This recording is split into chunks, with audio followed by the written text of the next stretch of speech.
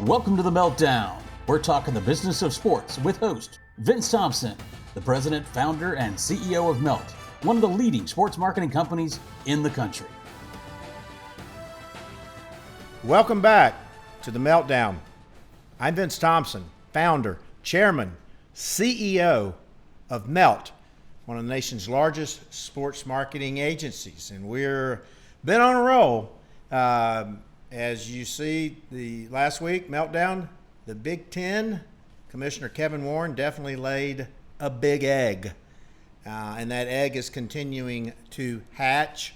Schools are talking about within the Big Ten playing themselves, each other, maybe into the rotation with the SEC, ACC, and Big 12 as well. So stay tuned for those developments.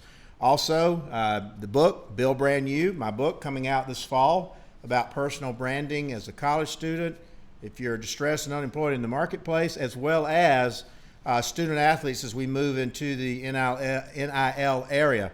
You can follow me at Vinny Inc., VINNYINC, or at Melt ATL on YouTube, Twitter, LinkedIn, Instagram, Facebook as well. But we've got an interesting topic today that may be timely. It may be fortuitous. What if Bronny James and others decide to sign and transfer to historically black colleges and universities in the future? I see this wave coming. I predict this wave coming, and I think one day when this meltdown is replayed, that it'll become a fortuitous moment in the history of colleges and college athletics and student athletes. This wave is coming, and I thought it might be worthy, where we've got all of these things going on now, to really get this conversation out into the marketplace. Who is he? Probably one of the most famous sons of all time, or certainly now. I had the fortune of being around LeBron way back in 02 and 03 at the McDonald's All-American when our client, the Coca-Cola Company, signed him back in 03. He was 18 years old. I attended several of his early brand summits in Akron. I was able to go into the high school gym at St. Mary's where he played.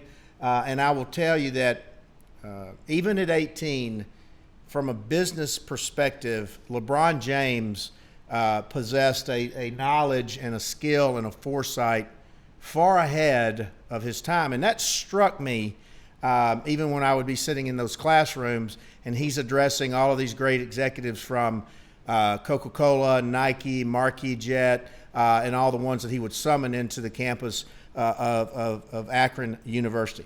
So this could be a giant groundbreaker for several reasons that we're going to unpack today. So let's look at him right now. This kid is 16, maybe. He's got 5.4 million followers right now, and probably more than that, and growing every day. And so he is a rising sophomore at Sierra Canyon School and has a massive social media following, as we have seen. So let's talk about HBCU. It's historically black colleges and universities. Great. There's several great ones here in Atlanta. Clark Atlanta, Morehouse, Spelman. I've got great friends that have attended those. We do business together with them. We had Daryl Cobbin on our podcast yesterday, who was a proud Clark Atlanta graduate. And so, but many times their sports and their teams and their athletic departments have been underfunded or undernoticed from a resource perspective. And I've thought all along, I'm like, hey, I love the HBCU schools. Amazing. You see Howard, you see Alabama State, you see Alabama A&M, you see Florida A&M.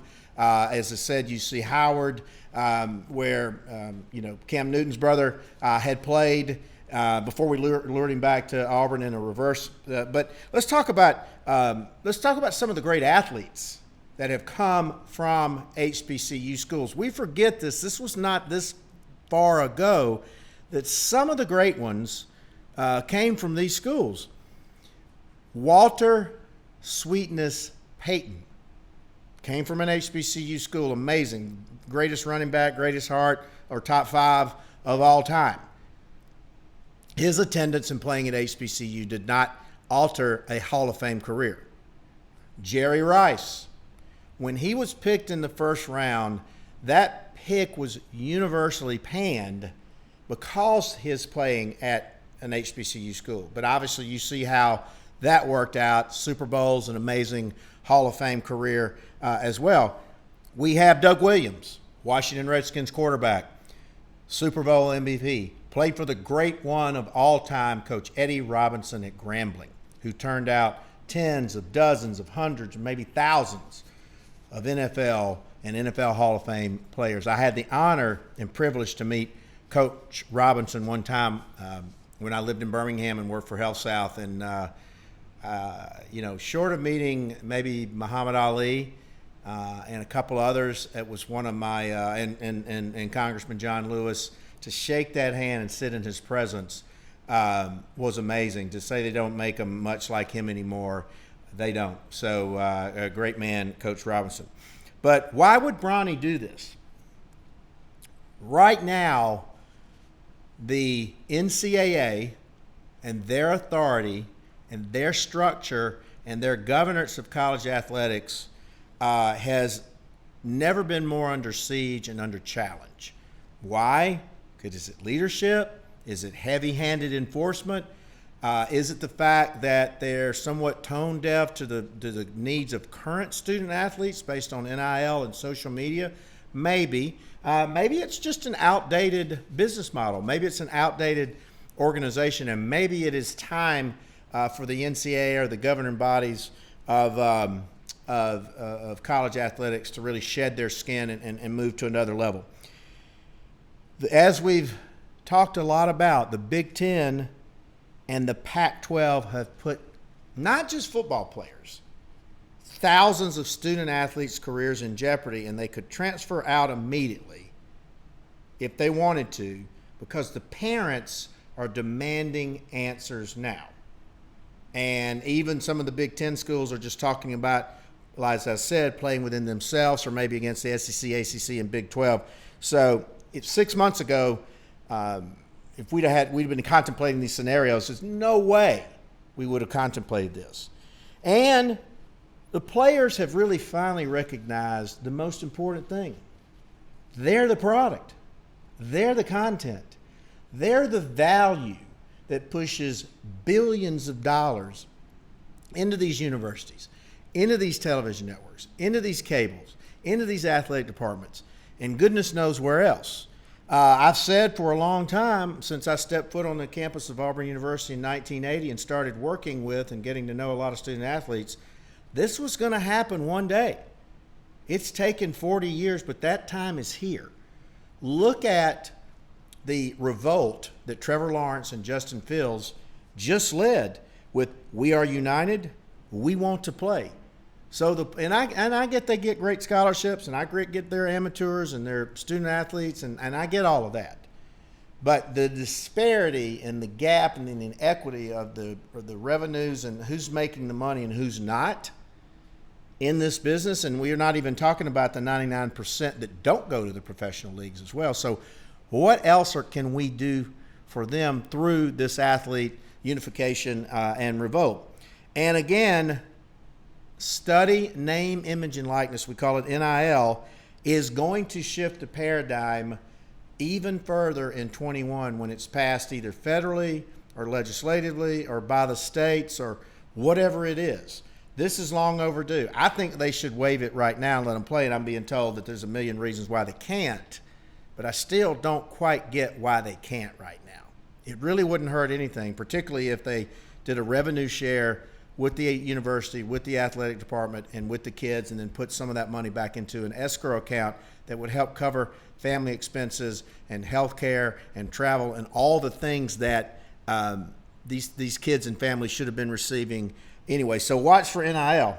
And let me tell you, at some point, and it's happening sort of sporadically, but let me tell you, at some point, the major social media players, Amazon, Netflix, Google, YouTube, Apple, Facebook, Instagram, and others, are going to enter this space in a big way as they pursue the next generation consumers.